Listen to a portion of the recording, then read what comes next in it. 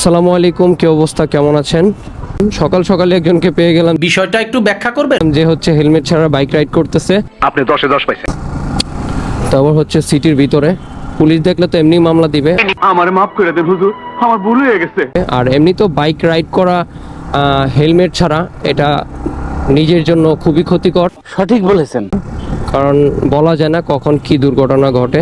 যে কোনো একটা দুর্ঘটনা ঘটলে নিজের জন্য ক্ষতি হবে, সেটা তার জন্য হেলমেট ছাড়া এইটা কি কোনো কথা?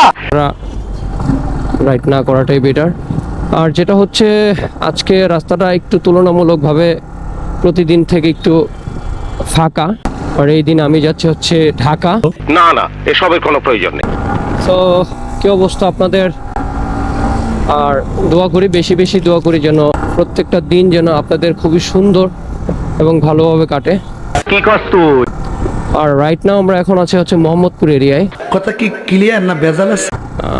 সামনে আসাদ গেট, পিছনে কলেজ গেট রেখে আসছি।